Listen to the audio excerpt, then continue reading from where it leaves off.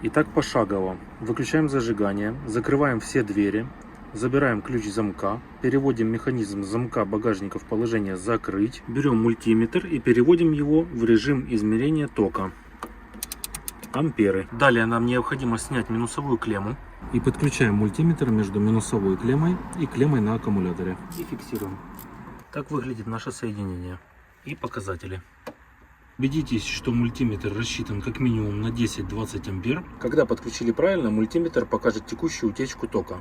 Нормальный показатель для современных автомобилей это 20-50 мА, иногда до 80 мА. Все, что выше, уже подозрительно. Как понять, что компоненты съедают ток? Ожидаем порядка 15 минут, чтобы машина перешла в режим сна и отключила блоки. Начинаем с предохранителей. Поочередно вытаскиваем каждый предохранитель и смотрим показатели мультиметра. Когда ток резко падает, значит вы нашли цепь, которая потребляет слишком много энергии. Если это цепь мультимедиа, то проверяем магнитолу, усилитель и радиомодуль. Если же это реле или блок управления, ищем короткое замыкание или неисправность реле. Такой метод позволяет локализировать проблему без полной разборки автомобиля. Делайте измерения при полностью спящем автомобиле, иначе показания будут завышены. У некоторых автомобилей есть модули, которые остаются активными до 30 минут после закрытия дверей. Это тоже нормально. Если вы нашли цепь с утечкой, отключите ее до ремонта, чтобы аккумулятор не разрядился ночью. И помните, постоянная утечка тока – это риск повреждения аккумулятора и стартера.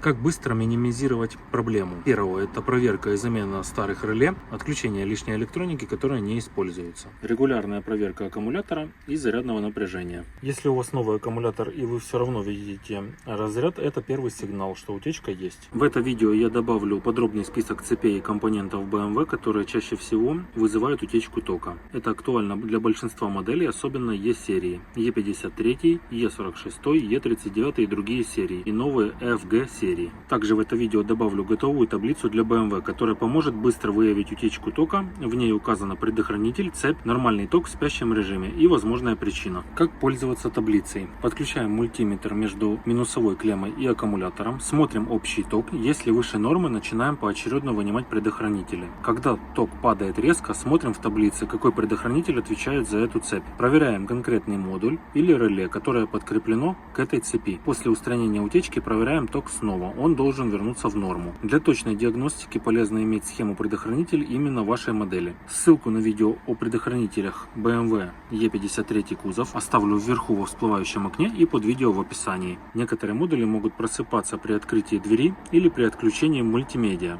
Учитывайте это при измерении. Надеюсь, данное видео будет полезным. Не забывайте поставить лайк под этим видео и включить кнопку оповещения на канале, чтобы не пропустить новые видео.